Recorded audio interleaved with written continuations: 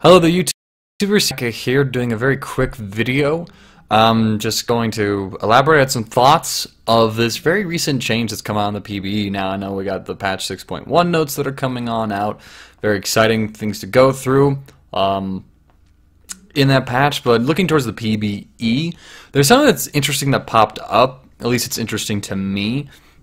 It raises a few questions, but also kind of raises some speculation about if this goes through, and if we do see this, what this could mean for the game state itself. So I'm going to switch up my little camera thing here to show you guys one of the screens that I have. I'm going to...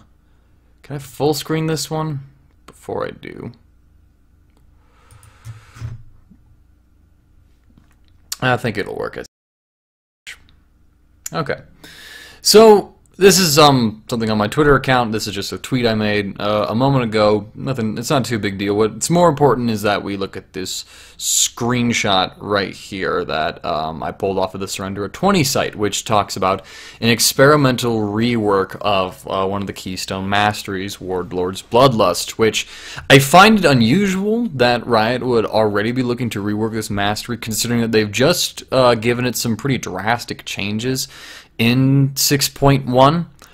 For those of you that maybe haven't looked at the patch notes yet or just need a quick reminder, Warlords currently operates on live as of 5.24, as it gives you bonus attack speed for, I think it was like 20% bonus attack speed for a couple of seconds whenever you critical strike, and then that critical strike heals you for about 15% of your health. They've changed that so that instead your critical strikes will heal you from 10% scaling up to 25% of the damage dealt from the critical attack itself, which sort of is like a pseudo lifesteal in a way whenever you crit, and as you get that you get more attack speed, which obviously is kind of a nice thing. So it has more of a scaling nature to it that's going to be seen on 6.1. But already we're seeing on the PBE, and again this is listed as experimental, so we might not even see this go live in this PBE cycle, but Riot's thinking of this other iteration for Warlords Bloodlust.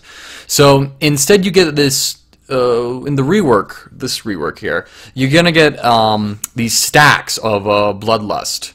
Well, it's called Thirst rather. Each second, and your critical attacks will give you 8 additional stacks over 2 seconds, which you can just probably list as 4 stacks per second. But they want to give an 8 total. It's just the way that they count it up to make sure that there's like this time period where you have to wait for the stacks to build up.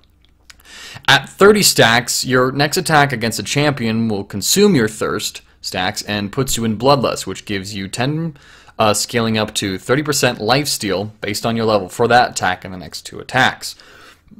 So instead of being this like passive thing that always triggers once you get crit strikes rolling in, instead you kind of get to this point where you suddenly gain like this burst of lifesteal that happens.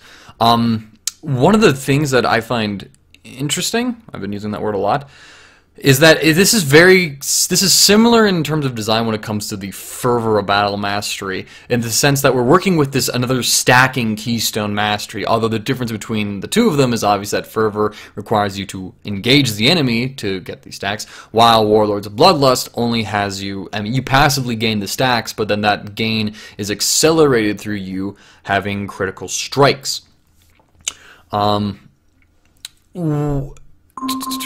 Threat has been detected. Okay, boss. Pardon that.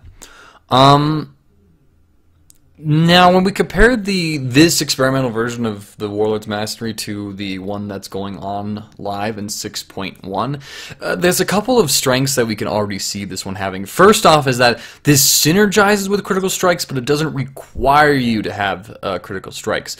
One of the problems that is currently, we can say, with the Warlords Mastery, as it is right now, is that you have to have crit with it, whereas most of the other Keystone Masteries basically work immediately. Deathfire Touch gives you more of that burn damage over time right out of the gate. For battle gives you more trading power immediately.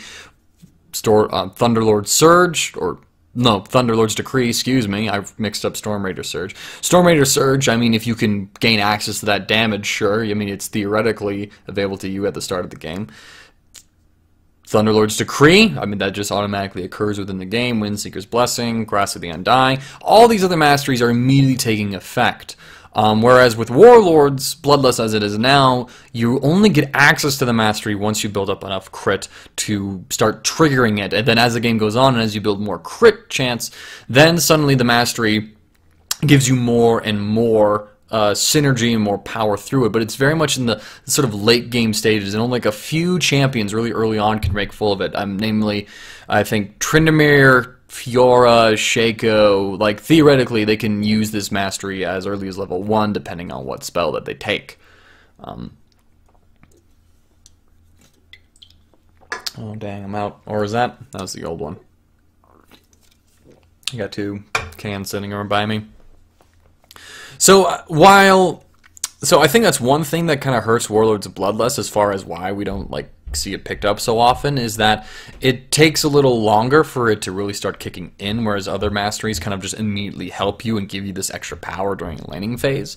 So in this, with regards to that, this rework actually kind of compensates for that nicely. It has this purpose of, we want you to synergize with the crit chance, but this is focusing on giving you some sustain in there, and this sustain can be triggered at any point in the game, but as you get crit chance and as you crit more often, suddenly you get these stacks building up. And I'm assuming that if you say your character has like 1.5 attack speed, okay, and you within the and within like a second and a half, you get 2 attacks out. That's not really good math. And let's say both of those are crits, and that means you suddenly get 16 stacks of this passive within over about like that 2.5 seconds for the auto attack to trigger the passive to begin the stacking process, the second one to kick in and trigger that one. And so you can stack this one up, I mean, fairly quickly with a lot of crit chance coming in there. And then after probably 3 or 4 seconds, then we're talking very late game build, you get access to this free lifesteal that lasts for the next 3 attacks, which I find it very rewarding, giving you lifesteal for that attack and the next 2 attacks. And why not just say the next 3 attacks? Now, as far as functionality goes, I'm interested to know whether or not that, and PBE testers can figure this out, while Thirst is active, if you can stack it again. Because if you have to wait to get those 3 auto attacks before your Thirst resets and you can begin stacking again, then that kind of gives like a little bit of a weak point to the mastery in my mind when it comes to the late game. Whereas if that's not the case and you can get the next 3 attacks to have that lifesteal, but you also can crit and begin restacking it, then there's this chance for like a perpetual lifesteal cycle. And then suddenly with this mastery, if this second case I presented is how it operates, then you can basically have lifesteal without even having to invest into a lifesteal item. So you don't have to buy a Bloodthirster or a Blade of the Ruin King. I'll rule out Mercurial Scimitar just because the item is useful enough to where you buy it namely for the Silver Sash active to cleanse CC rather than the 10% lifesteal they've recently tacked on to it. If that's the case, where you can continually stack this Thirst passive even while you're consuming your Thirst, then I think this could be a very powerful mastery. And even without it working like that, if you have to wait for that reset, it can still be quite nice because it's free extra sustain and it's a lot of lifesteal. And one thing to mention here as well is that I don't know if there's a difference between lifesteal, as it's listed here, as in the effect, and then how, if that's based off the damage of crit that you do for it. So, no, I suppose there is a difference. Lifesteal, how Warlords of Bloodlust works live is that you have to crit for the healing to take place, whereas this one, you don't have to crit to get the next couple of lifesteal procs off. Once you get the lifesteal, you just have lifesteal, and so all your auto attack damage, including the ones that don't crit, will be healing. Yeah, I guess that's how it would operate.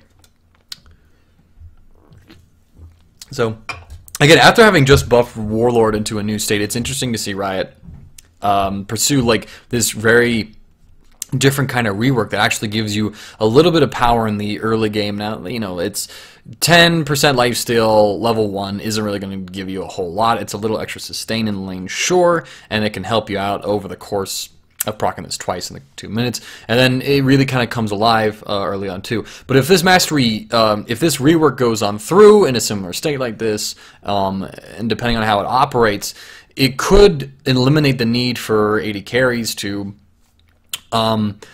have needing to build a lifesteal item within their builds with how it operates. Although I think possibly with how Warlords Bloodlust currently works, that's also the same thing, because it's going to scale with a much stronger heal now at 25% of your crit damage being healed.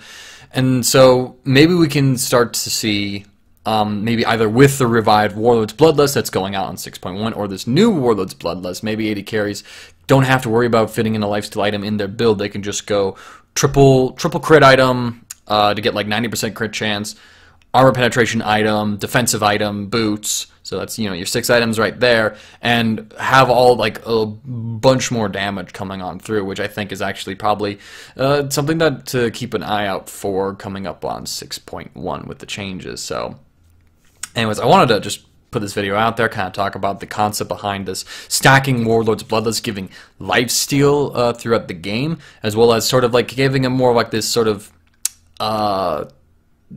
down point through it, because I can almost see this in a way as a nerf to how Warlords Bloodlust currently works, just because it's whenever you crit you get the heal. So this one you're gated to when you heal, but again we have to see how that stacks. So just wanted to bring attention to that. It's a very small point to bring on up. Anyways, thank you guys for checking out this very brief video. Hope to see you around in a couple of other content.